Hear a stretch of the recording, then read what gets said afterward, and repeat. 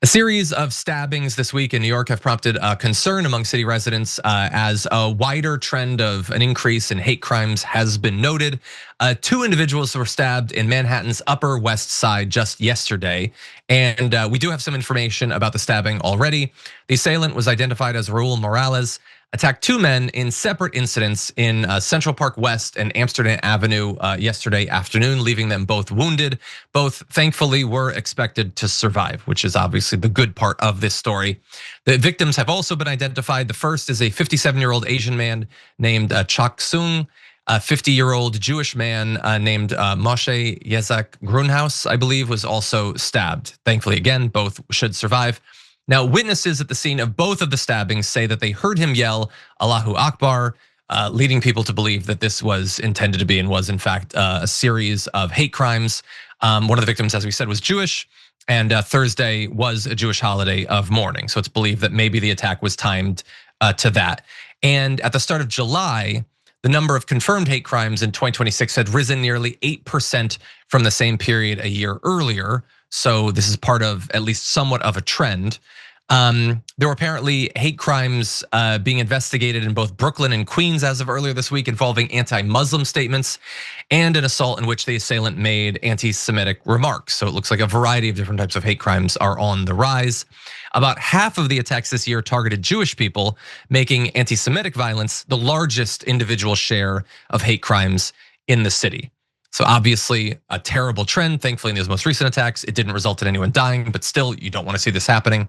And the mayor did address the attack, saying, "I've been briefed on today's horrifying stabbings on the Upper West Side, where an Asian man and a Jewish man were attacked. According to the statements, he references the Allahu Akbar. He says, I'm relieved that both victims are in stable condition. The NYPD responded immediately and arrested Raul Morales in connection with both assaults. I'm grateful to the officers for their swift response. The initial investigation suggests that mental health may have been a factor. They're also evaluating these stabbings as potential hate crimes. These hateful and despicable attacks have no place in our city." And there is that ongoing investigation to see what the actual motivation was. The police commissioner said that it's currently being evaluated. The detectives were investigating.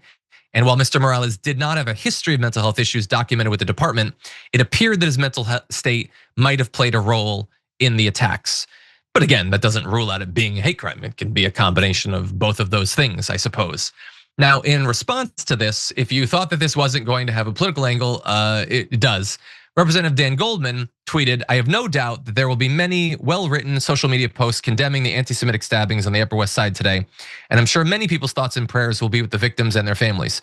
But these statements ring hollow when so many in the city normalize anti-Semitism, including simply by associating American Jews with the actions of the Israeli government. Enough is enough." Now, he is a representative. He lost his primary. He won't be one for much longer. I am glad that he is saying that we should care about, well, it looks like he cares about one of the two stabbings that happened. For some, I don't know why the other one didn't merit his tweet or whatever. Maybe he'll tweet separately about him. I don't know. I don't know. He doesn't say specifically what the associating American Jews with the actions of the Israeli government are. I can't speak for Dan Goldman. I know that generally when people say that, they mean shut up about your criticisms of the Israeli government. I personally think maybe this is crazy. I think we can criticize the Israeli government and say that hate crimes are terrible and shouldn't happen of any kind, including anti-Semitic hate crimes. I don't know, maybe you need to choose. I don't know, Ramesh, what do you think?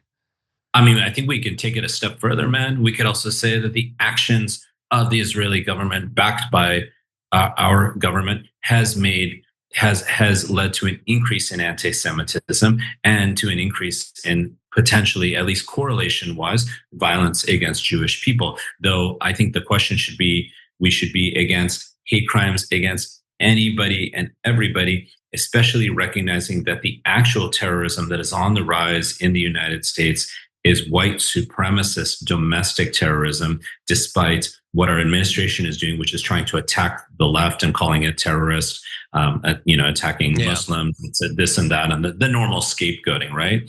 But this is what happens when a nation faces despair, right? When we sit through a time of despair, and the word I just keep coming back to is nihilism, where people don't know what to believe, they don't know who to trust, they just know that their lives are not what they thought they should be. People are working hard and just not able to make the basic needs. And many people, absolutely, as Mayor Mamdani mentioned, are facing steep mental health issues. So that doesn't excuse or justify any of this. It's actually so freaking repugnant. But at the same time, we have to understand these are symptoms and consequences that emerge out of a situation where a nation is feeling quite sick and ill. I mean, I was not long ago, John, in Canada, like I was mentioning, and I was watching Hassan, our buddy Hassan Piker, talk with Gabor Mate, the psychiatrist, and Gabor Mate was basically saying that that we are sick, we're not well right now as a nation, and this is what's going to occur as a result of all of this. So we got to condemn it on every level whatsoever. But we got to recognize that when foreign states commit acts of terror, it can actually end up impacting all of us here in the United States as well. Yeah, and I think that sickness comes in a lot of different forms. Sometimes individual hate crimes, threats, mass shootings. Thank God this guy didn't have a gun. It could have been significantly worse. The last thing I wanted to mention is there's been a lot of criticism trying to tie criticisms of Israel into these hate crimes. I guess the anti-Muslim hate crimes just don't matter. We're not going to talk about them. This is the only one that matters. Okay, I think they're all bad. The UJA Federation of New York said that the attacks were bad, says that it's a hate crime, which it might well be. And then attached say, words have consequences, particularly words from the mayor of New York. These attacks came soon after Mayor Mamdani once again used his official platform to viciously attack Israel, the only Jewish state. And then they go on. So I guess the idea is that the hate crimes are bad, but Mamdani shouldn't have a problem with genocide. You know what I think? You know what the worst hate crime is? Genocide, actually. When you hate not just an individual or a group, so you want to kill an individual, but when you want to wipe out or cleanse an area of an entire group. If stabbing a person is bad, one would think blowing a person up is also bad. Dropping buildings on families is bad. Burning them alive. Shooting babies in the heads with sniper bullets. Like, why can't we hate all of this? Why can't all of this be bad? Stop killing people for just like a little while and let us get a handle on all of this. But no, condemn the stabbing.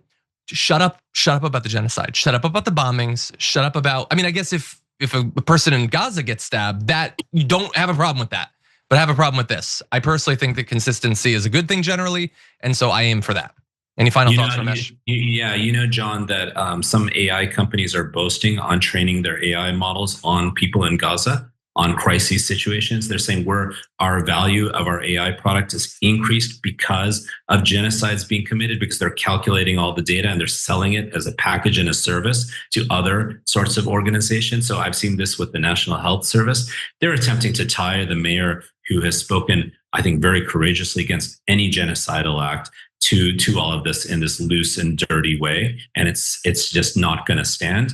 We have a very clear moral calculus that we can all stand for. You just said it so directly, John. We should be against the murder of anyone innocent. We should be against the harm and violence against anyone innocent. Doesn't matter who they are or what they look like or where they are in the world. We're just all people, man. 100%. Yeah, and it's my final thought is it is tough to engage mentally with all of the horrors going on in our country and around the world. The people who are watching this video are a special breed, and it's difficult and it takes a toll. But I think that, I don't know, like if you want to be a fully realized moral person, you should have a problem with those stabbings, and you should have a problem with, I don't know, like a school of 140 Iranian schoolgirls getting blown up. Like you should have a problem with both of those things, and you should speak out against both of those things. Every time you ring the bell below, an angel gets his wings. Totally not true, but it does keep you updated on our live shows.